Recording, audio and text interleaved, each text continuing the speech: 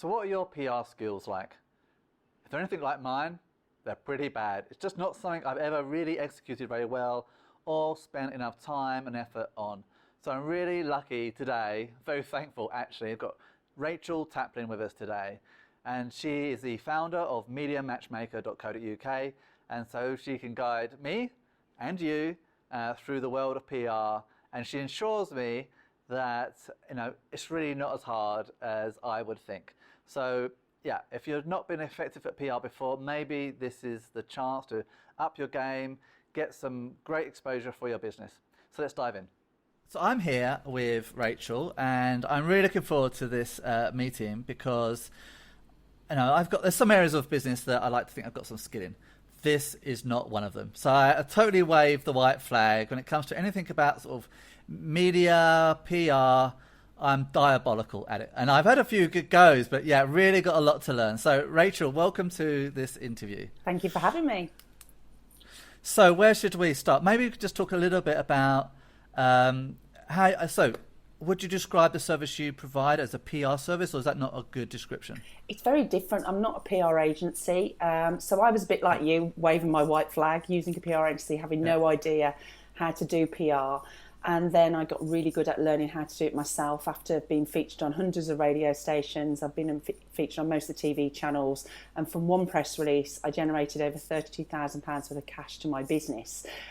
So what I do is I teach people how I did what I did to get PR success. So I train people how to do their own PR. I interview loads of journalists like you're interviewing with your podcast. And then I also connect them to the journalists, so the right type of journalist, so it just doesn't land on the news desk. Okay, brilliant. So I am in your hands. I'm really looking forward to this chat. So where should we start? So did you use PR yourself to boost your own business? Presumably then it wasn't a PR business at that stage. No, you're exactly right. So I had a business called Mums in Control. When my daughter was little, I set up a magazine myself that I franchised around the country called Mums in Control. Had about 60 franchisees. And for any of you that are listening to this that was in business in about 2007, 2008, we used to make loads of money. Business was flying high. And it was at that stage when my magazine was really successful. So I used to interview loads of celebrities like Lorraine Kelly, Melinda Messenger, Danny Minogue. And I got to the point where I wanted to raise the profile of the business and didn't have a clue how to go about it. So I did use a PR agency. They got me on Good Morning Britain with Lorraine Kelly. They got me featured in the Daily Mail. And then if you remember, if you were in business in 2008, 2009, we had the credit crunch and my business literally almost dried up overnight, a bit like the situation we're currently in. Yeah, and I knew that PR was great for me, but I couldn't afford the agency. So I just got good at doing it myself. And I learnt the secrets on making that emotional connection, which is hopefully what we'll share with you today. And once it clicks on how to do PR, my gosh, it can literally change your business overnight. Yeah, so one of the challenges I've had and why I've kind of given a little bit of a wide berth is mostly just down to ignorance, because I know that I don't know how to do it. And it seems to be incredibly time investment, build up relationships with certain persons, which all makes sense, but luxury of time is something I don't always have. So am I wrong about that? Are there more efficient ways of doing things, or is it just takes a lot of time? There's loads more efficient ways of doing it, but you would think that. Okay. Because yes, normally traditionally, and you can do it the long way, you can take time to build those relationships, and I would always urge you to try and get the quality relationships, but it's just having the right contacts. So to put it into perspective, something like The Guardian or the Daily Mail might have 150, 200 journalists working there.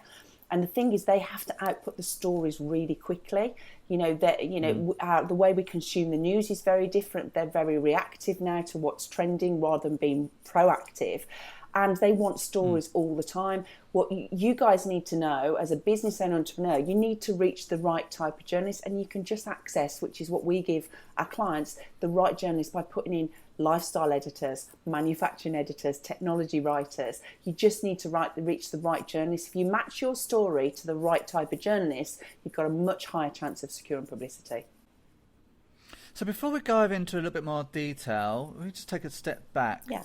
And I know this sounds like a dumb question, but I think sometimes dumb questions are useful, at least for me. So in basic terms, what is the benefit of PR? Because beyond just looking good. So PR it's about like hopefully most businesses need, is about cash in the bank. It's about new customers, definitely. It certainly raises profile and builds credibility, but it gets you more clients. So you're quite right, PR isn't just about ego. It's not just about feeling good and being featured wherever. It's about matching your story, your services to an audience that need your help. So hopefully we've all set up a business because we're providing a solution, or we're helping someone, or we've solved a problem. People are interested in your story. They're interested in what you've got to talk about. But where most people go wrong with PR is they're pretty much writing an advert. We just want to get a mention for our business. That's logical. PR is about making an emotional connection, a bit like marketing, how we're doing this. It's about getting to know the person. It's making that emotional connection. If you do that and connect it to the right audience, so if your audience is always men, maybe 20 to 45, it might be mental health or something like that. If you match it to the right audience, they're going to want to know your story. And then literally, I've seen businesses transform overnight by one press release. Yeah, so certainly I'm aware that it can be powerful. I guess it's just always can be a little bit like throwing things into the wind. You don't know what's going to stick and what's going to come back to you. So, if someone's listening to this right now, perhaps it's either a young business or maybe they've just done a pivot. It's a relatively new product or service, in the market, even if they've been in business for a while. And they think, okay, I want to raise a profile about this. Where should they start? Is it all about finding their own story, the product story, or just somewhere else? Yeah, we can help you find your story. I do lots of free seminars to help people find their story and have the confidence. There's two things that stop us, I think, with PR. The confidence or knowing how to go about it, I suppose three things, and having the contacts. We've all got a story, as I say, we've all set up in business for a reason. But think about, where are your customers? If you are looking for local, regional customers, that's where you should be looking at getting publicity. I'm a big believer in the BBC.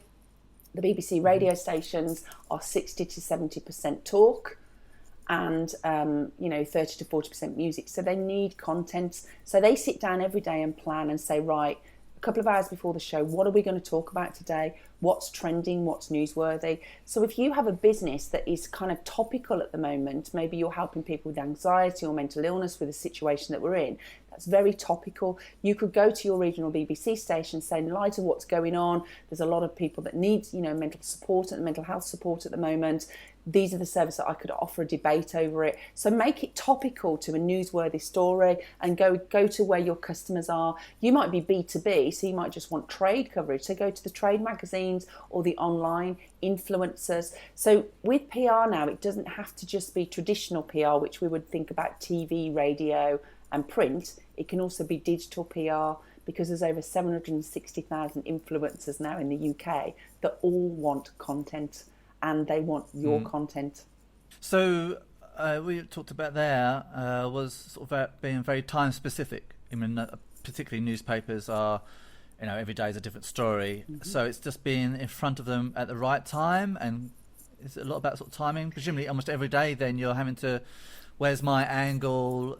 You can do simple things to help yourself. There's lots of different ways that you can get publicity. You can share your story because they might not have heard it before. You could be a case study. We know that the news is cyclical. We know that every Christmas we celebrate, the festive period at Mother's Day, Father's Day. There's National and Celebration Day. So there's over 400 National and Celebration Days. There's probably one of those that you can ride off the back of. There's ways that you can help yourself to think about it. We give you lots of ideas, through Media Matchmaker. It's not rocket science what we're doing, but it's just been on trend. But yes, you could be simple, make it simple for yourself and set up a Google alert to see what's trending in your industry and then read what's there and just then be the influencer and talk about it. So, that's what the journalists do. I know for a fact I interviewed an editor-in-chief from, you can hear I'm a Brummie, from the Birmingham Post and Mail, and he said to me they just set up Google alerts, see what's trending, and that's how they shape their stories. So, I'm not used to Google Alert myself, so that is just going to basically search and find what's trending. Yep. And so the knowledge expert, if we want to call them that, can say, okay, there's something there related to what I can talk about, and then they're reaching out to whatever contacts they've got already, or perhaps even new contacts. And that's going to just primarily be over email, just whiz them over an email? Yeah, without a doubt. We send out, I have access to all the journalists in the UK. So we update it all the time. We've got their social media contact details, we've got their telephone numbers, their email addresses. So I could search for all the lifestyle editors across the whole of the UK and send them one email so it looks like a personalised email. So you could just introduce yourself as the expert. You don't have to necessarily have a story or an angle. Just say, in light of the current situation, I help people with anxiety and stress. These are the details. These are topics I can talk about. Here's some links to my articles if I can help you in any way. We get loads of success just by writing introductory emails. It's about just putting yourself in front of the right person. And the journalists always need new contacts. They want new experts. They need fresh stories themselves. So you can make it really easy for yourself. And Google Alerts is completely free to use. You can set up any term on your name, on your company, on your competitor's company, and see what's going on. Cool. And is that a little bit of a scattergun? Do you need to do some numbers there? What's the approach there? Do you get very specific and think, oh, this is the one journalist that would be just right for my story? Or do you think, okay, this is, I need to take a little bit more of a broader approach and fire out this to 20, 30 journalists and hope one of them sort of tickles their fancy? Both, I would say. Okay. Because always try and build quality relationships. So I recommend with my clients, they have access to all the journalists, and sometimes it can be, but where do I want to be? And it's really kind of saying, right, where's my focus? What's my goal on this? What radio station do I want to be on? What TV channel? What newspaper do I want to be in? And then, yes, you can court those journalists. So, if you are in business or technology, you've got the technology reporter for the FT, you can connect with them on social media, just spend a few minutes each day, reliking what they post, maybe comment on it and build those relationships. Because I had one client that literally just picked up the phone, built a bit of a relationship, invited a journalist along, and she was from the Times, and she had a double page spread, and it had a value of over £100,000 to her business. So it's like anything in business, isn't it? It's just a small part of what you're doing already from your marketing. And we know with marketing, it's know, like, trust. It's building those relationships. So yes, try both. You can do absolutely scattergun, but even the scattergun is targeted. So it's targeted whether it's to lifestyle, health, journalists or manufacturing or whatever it is, but you can also build those one-to-one relationships as well. You don't need to be scared of journalists. If you decide to follow, you'll see that I've interviewed loads of journalists and they're always looking for stories. So I interviewed Janie Lee Grace the other day from BBC Radio 2, and she was saying how they get their guests, and she's got a radio station as well. I interviewed last week Linda Whitney from the Daily Mail. She's saying we always need a story. She's saying we can spot a story. You don't need to write the press release. We can just give us the headline. We can sniff out what is a good story. It's just about thinking about PR, because most people, it's like the forgotten marketing tool. Most of us don't think about PR, but it's one of the most cost-effective ways to get new clients. Yes, no, it's something that I've been neglecting, and so I need to up my game for sure.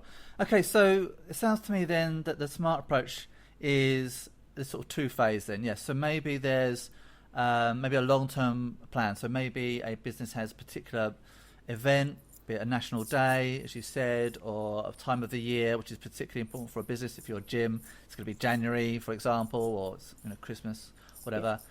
Maybe you've got a little bit of a campaign and a structure for that. And then on top of that, slightly separately, you've got more of instantaneous kind of campaigns. And if a particular story comes along, it's kind of jumping on the back of that and piggybacking that and getting, okay, that sounds good.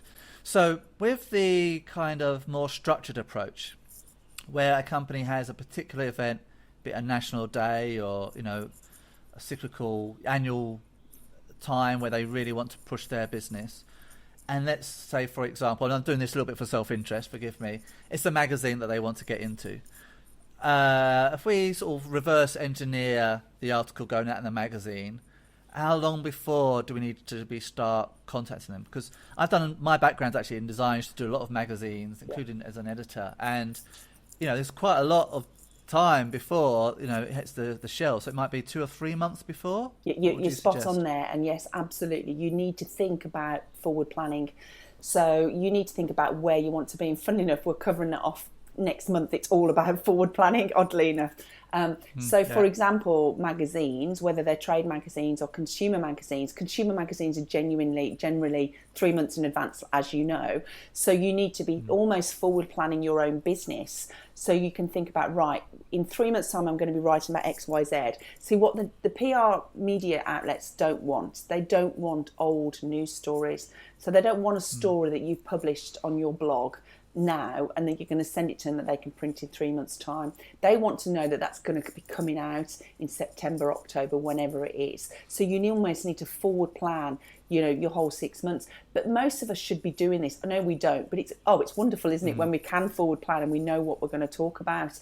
Because yes, you might run the same story, put it to the consumer magazine now for August or September, and then you go in September to the radio stations with the same angle of the story. So you need to think about different media outlets and what their time frames are. So yes, with different media outlets, you can't go with a trending news story because that's not going to be newsworthy in 3 months' time. But you can use immediate media. So we build different media lists for the different media outlets. So we know TV is immediate, but you have to think in pictures with TV. We know radio's immediate, the national newspapers. We know that the regional newspapers come out a week later towards that week, so it's got to be kind of timely, that's still going to be around in a week's time. So there are a few things that you need to think about, and that's a perfect example.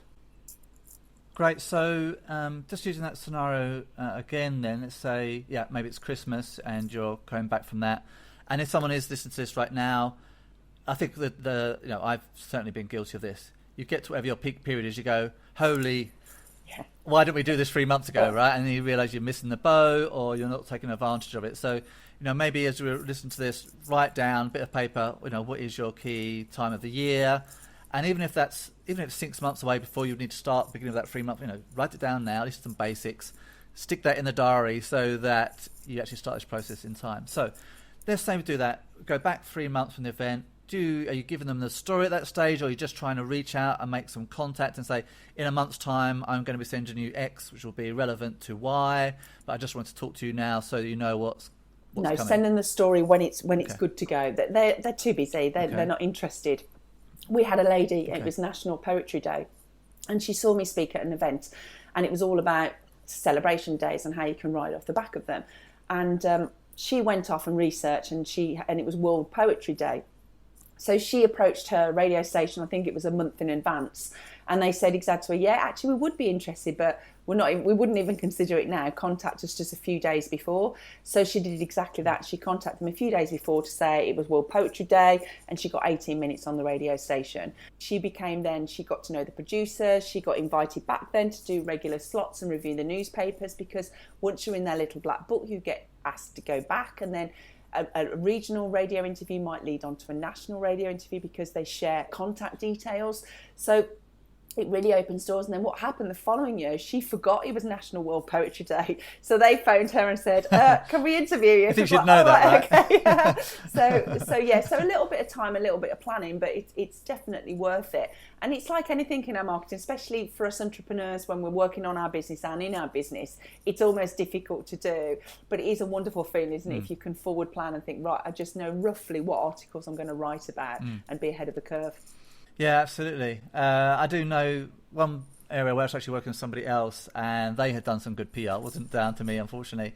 And what we found there was that one good bit of PR then spread really quickly. So like everybody else, they're under incredible time restraints. They see a good article, and I can't remember which magazine or newspaper came first, but then all the others were like, okay, well, we'll have that as well, and wanting another interview. And it wasn't so different. They obviously saw an angle there that they liked, and then kind of all of them jumped on board. And I guess that doesn't always happen, but sometimes it does, and a little bit of a wildfire happens, and I've seen it happen time and time again. Lots of my clients, it's happened exactly the same for me. You write one article and it snowballs. I had a guy, he'd never done PR before, and he does fitness boot camps, and it was timely. He was doing this calendar, this naked calendar. So it was fitness. So it was quite an interesting angle of a story. It was a bit gimmicky.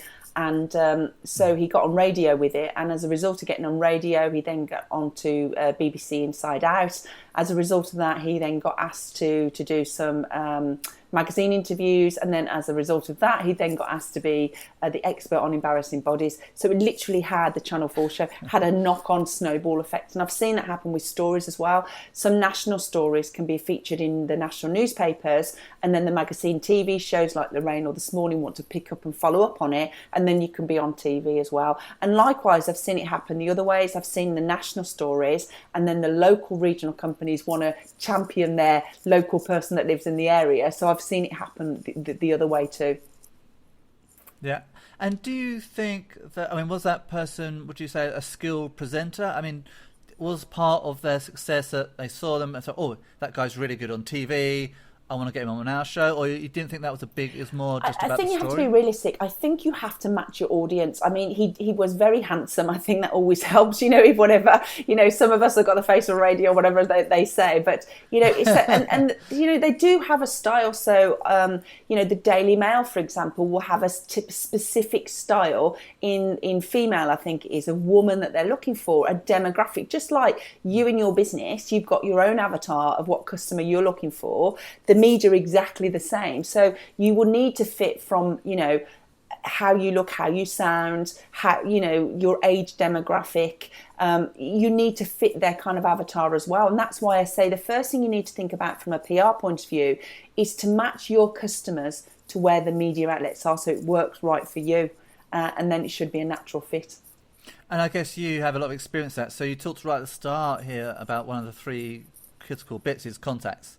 So over time, I guess you have those contacts, yes? Yeah, I mean, you would probably know. Oh yeah, we've got a team of 7 researchers that update the database constantly. So we've got over 70,000 journalists in our media database, and we can literally search by keyword, by what, and we can sector it right down. So we can look for business, we can look for entrepreneurs, we can look for SMEs, and we can find freelance journalists as well. And freelancers are great because they get paid to submit articles and to write articles. So if you work with freelancers too, then it's a win-win scenario because you're giving them stories and they get paid.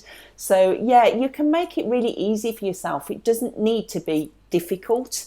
It's just about thinking the emotional connection. The number one mistake people make when they're connecting to the media in their press release is they're selling their services, not telling a story. So PR is telling, advertising sells, PR tells. So it's about making that emotional connection. So they're not interested in what you do for a business that you've been going for 10 years and this is our anniversary. They're interested in how you've changed, how many people you've employed, in that, what problems you've overcome, whether the MD started off as the apprentice and now he's worked his way up all the way to the business. They want the emotional connection behind the story. So if you take anything away today from a PR point of view, take away that PR is an emotional connection. PR tells, it doesn't sell. So it would be worth people investing a bit of time and effort about what their stories are. I guess people can have multiple stories. There might be slightly different angles about either their business growth or challenges that they've had. I imagine a lot of these are around personal challenges.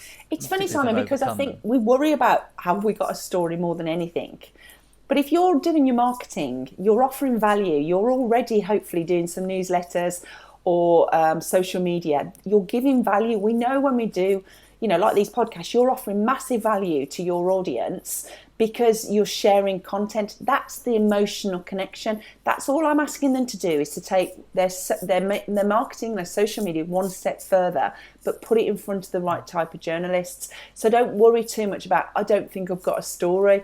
If you just read wherever you want to be featured, whether it's your trade magazines or read the online influencers, get a feel for what they type write about. What are their headlines? Are they technical? Are they sensationalized? And just mirror the kind of style. Are they 300 to 500 words? Because the way that we consume the news has changed so much. We now do everything in bite-sized chunks. So it's actually easier than it's ever been. So some of your articles you're already writing may just be perfect to be lifted and sent as a press release. Perfect. I just want to jump back to something you said. I just want to see if I make sure I got that correct. I think what you said was that you can use outside journalists, and sometimes those journalists have connections themselves, and so you can employ that journalist, produce the article, and they might say, actually, this article would be a good fit for X, and I know how to write for X, and then there's that kind of symmetry there. That sounds like a good fit. And that must be also part of what you... Yeah, so we work with freelancers. And so we've got all of the freelance journalists that maybe write about business or whatever the keyword is, health, whatever. And that journalist, will want to look for new stories. They always need case studies. And they can pitch stories in as well. So a freelance journalist might write for the Mail and for the Telegraph and the Times because they're known as the health reporter, so they can pitch it in. But also freelancers will also be specific about what they write about, specific topics. They're very niche and specialist, some of them are. So sometimes you might also approach them to say, could you write an article for me? So, for example, exactly that, as I said, we interviewed Linda Whitney, who's she's written for the Daily Mail for over 20 years. She interviewed me over 10 years ago when I first started my PR journey. And she's now working with one of my clients because it was a good fit, because she's written about health as well and well-being. So it was a win-win for everybody. So I'm sure a lot of people are not using PR as much as they should. And I guess you would suggest that it needs to be part of pretty much every business's marketing concern. Maybe it's not everything, but it needs to be part of the kind of marketing mix. Yeah, and don't think it costs a lot of money, because it really doesn't. On average, when you hire a PR agency, the minimum you're going to pay is around about £1,500. And by the way, PR agencies do a great job. So I'm not here. We work with loads of PRs to say, don't use a PR agency. If you can, yes, of course, it's going to save you time. And yes, they've built those personal relationships. So they do a great job. But if you want to build the connections yourself, you can start doing your own PR and have access to all of the journalists for just £150 a month. It doesn't cost a lot of money. I was paying £1,500 a month back 12 years ago for a PR agency, and that was an average amount to pay.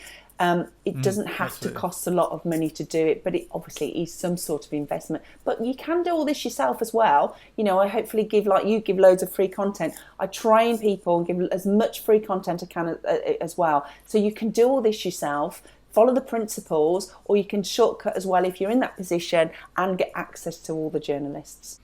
Yeah, I guess the only thing is just you pick your path between, are you short on time or short on money? And that's going to influence the way you go about doing these things. Yeah. Is there a general rule do you provide a full article ready to go, or do you do bullet points and flesh it out later? Everyone's different. Everybody different? Everyone's different, okay. Simon, because some people are brilliant at writing, and I'm totally fearful of writing. I'm dyslexic. Frightens the life out of me, so which is why I do all video and audio interviews, and but I do write a little bit. So I would just do an interim, and we've got templates for everything, by the way. So we provide our members PR press release templates. We give them 47 ideas for press releases. We show them exactly how to launch their own national day if they're interested. We give them bios, how to write your own bio, how to do introductory emails. And these are all things that have worked and we've had success from. So we wrote an introductory email from one of our clients literally 3-4 weeks ago, I think it was. We sent it out through the system, through the media database, and we were just adapting the one email was to radio, so we got a suggestion for a radio debate. Then we were going to just adapt that introductory email to send it to the print, and literally in the time we were checking the one to the other, she got asked to be featured on the radio. So it can happen that quickly, which is really, because they were like, yep, do you live in Oxford? Yep, we'd love to feature you. And they even said, name your day. So wow. It can happen that quickly. So it's really exciting. As you can probably hear, I get really excited about it. Yeah. Okay. So someone's making some notes now, and just thinking if there's like a sort of certain order, and they've never done PR before. Do you know of a certain order you'd recommend? Is it number one, work on the product story? Yeah. Do you have a sort of order that people go absolutely. through? So we set up. I do like a 6-week publicity challenge, but you can do it in 6 hours. It's 6 modules, but always start with the end in mind. What is it you're trying to achieve? Are you looking to sell a book? Are you looking to get people to an event? Are you just raising your awareness? So you start with that, and then you think about, right, where are my audience? What are my customers? Are they local? Are they regional? So, if they're local and regional, then you've got to think, right, I want publicity from a local and regional angle, but I need to match it to the audience. So what B2B magazines are in that rate, in that area? And then start thinking about the different angles that you can use. So whether you are selling your own story, whether you've overcome adversity, maybe a success story, whether it's a case study. So the media love case studies. So if you've helped people and you can use their case studies absolutely great. The media love surveys. So then you can start padding it out. And we have a worksheet that you can literally go through the steps of what you need to do. And then once you've got the end in mind and you know where you want to approach, it's just literally doing the brave thing then and approaching them and saying, this is the story, are you interested? But thinking, have you got a forward plan it? You know, so if you are looking for the consumer magazines, you are going to have to forward plan 3 months in advance. Or, you know, to put it into perspective now, there's 44,000 media outlets across the UK. There's something like 70,000 journalists. There's over 700,000 influencers on digital. So you might just want to start online and say, right, I'm just going to get some of this online stuff that's immediate. It helps your SEO. It sticks around. So you can just have different strategies how you can, but just start somewhere. Just start with it somewhere. So just talking about the influence a little bit. So how would someone utilize that? You would approach them to get interviewed by them, or how would that work? Yeah, so pretty much like you are an influencer with your podcast and the people that you're connecting to. So you've got your own community, you know, you bring in different guests to add value, you know, so it's a win-win for absolutely everybody. So you are a typical influencer in what you're doing. There's hundreds and thousands of business owners that are looking for content. Everybody that's probably listening to this is thinking, actually, I could do with some content. I could do with partnering up with people to interview or to give me articles for me to send to my audience because they want new content. So it's just, you know, it's just putting content out there to a ready-made audience. That's what PR is all about.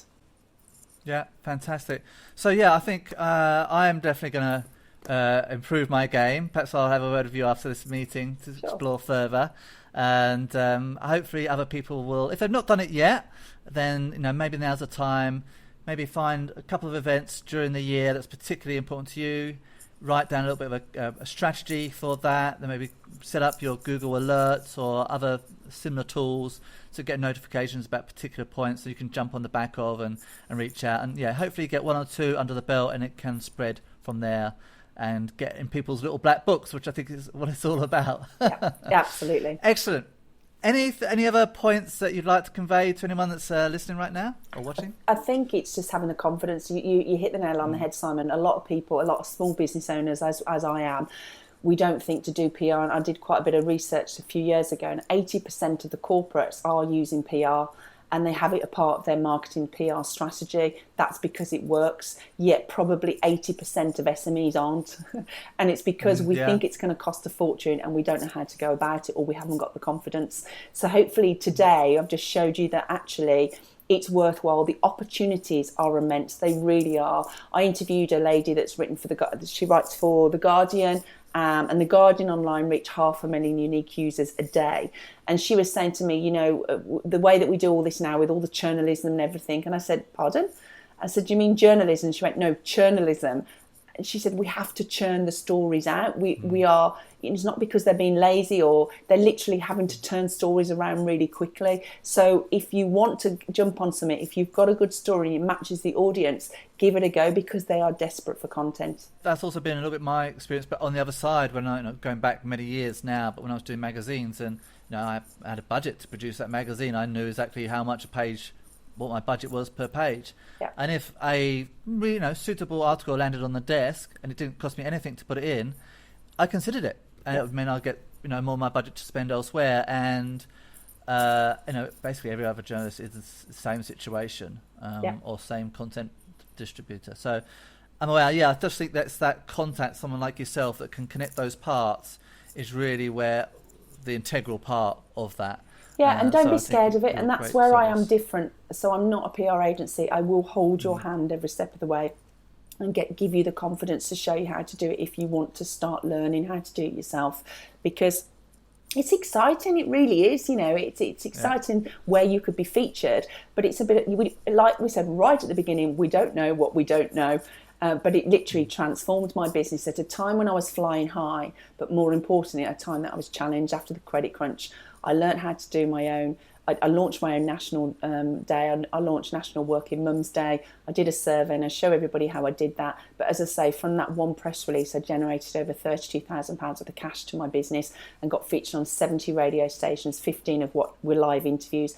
I had no idea how to go about PR, but I followed a system and it worked for me, and that's what I do, and try and help others do the same. Excellent.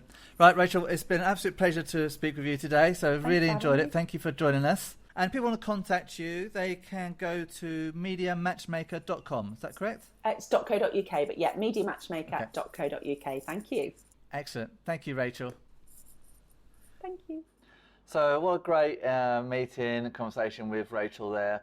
PR has for a long time been an area that I've been neglecting, and certainly I could do with some assistance there, and Rachel clearly knows her stuff. So if that's of interest to you, I'll include some links in the description below so you can get in contact with Rachel and explore that further. But as we talked about in that program, why not just spend a few minutes now thinking about what PR opportunities you might be able to take advantage of. Okay, that's it from me for now. I look forward to speaking to you again in the very near future. Over and out.